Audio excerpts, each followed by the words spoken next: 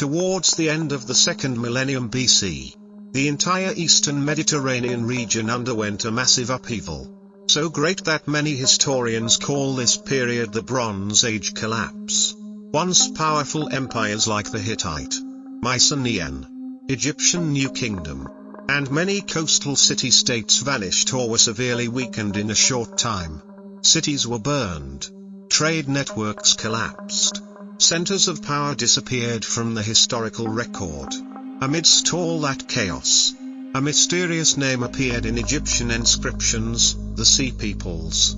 A collective group arriving from the west or the north, sailing on warships, attacking coastal regions, bringing down cities, and moving en masse in a warrior migration style.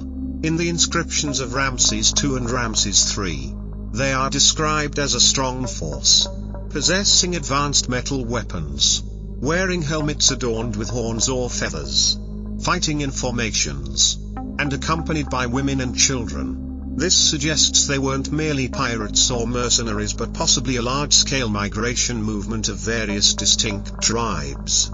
But who were the Sea Peoples? Where did they come from? And how significant was their role in the Bronze Age collapse? Welcome back to Hidden Universe, the journey to decipher and explore the mysterious facts that have shaped human history.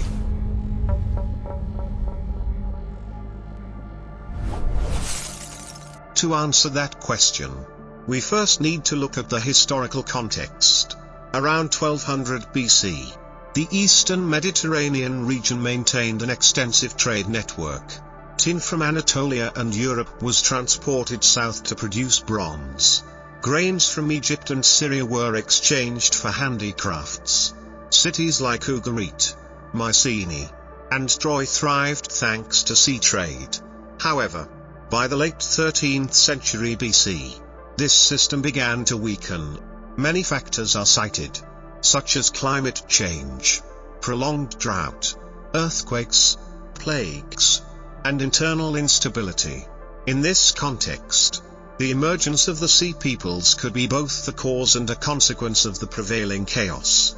Egyptian texts name several groups within the Sea Peoples, such as the Sherdan, Pelset, Shekelesh, Dinayan, and Chika. These names suggest that the Sea Peoples were not a single ethnic group but an alliance of multiple distinct groups. Some scholars suggest the Sherdan originated from Sardinia, based on similarities in warrior imagery. The Pelset are often linked by historians to the Philistines, the people who later settled the Canaanite coast. The Dinayan are sometimes compared to the Danaans in Greek culture.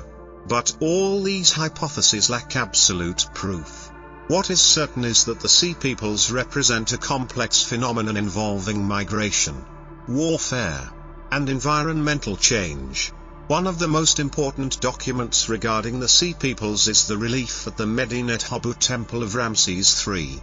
It depicts a major battle in 1178 BC, where the Egyptian army defeated the Sea Peoples using both land and naval forces.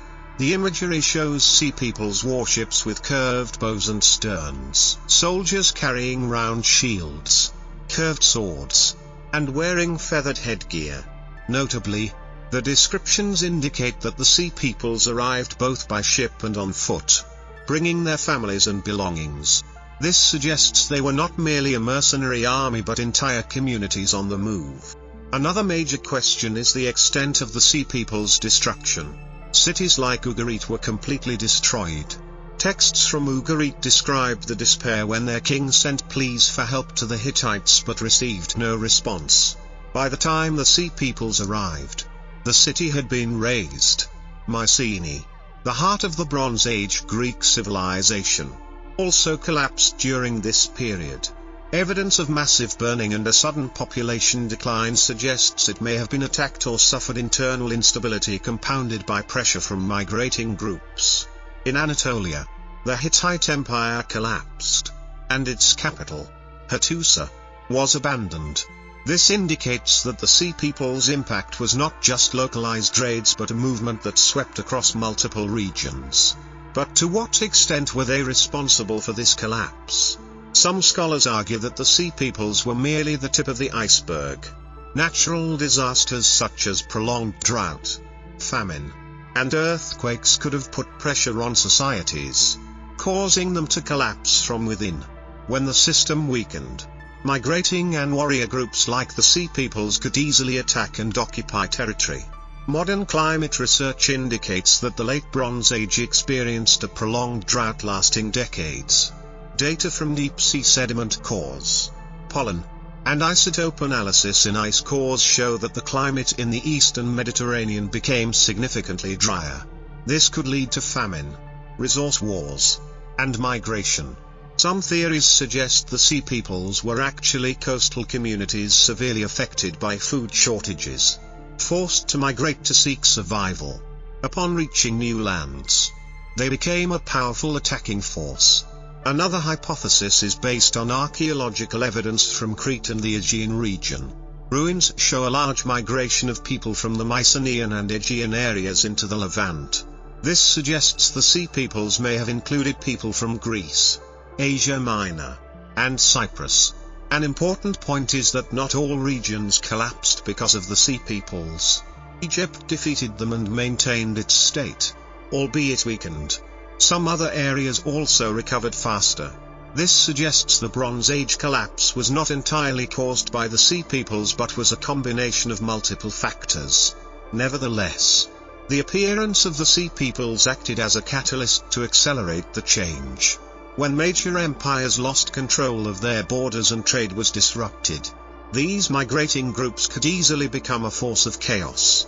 Some groups of the Sea Peoples later settled in the Canaan region and became part of the Philistine community. Much archaeological evidence shows Philistine pottery shares stylistic similarities with Mycenaean pottery, strengthening the hypothesis that a segment of the Sea Peoples originated from the Aegean.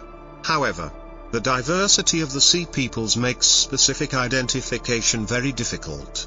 They may be an amalgamation of different migrating groups displaced by drought, civil war, and economic decline.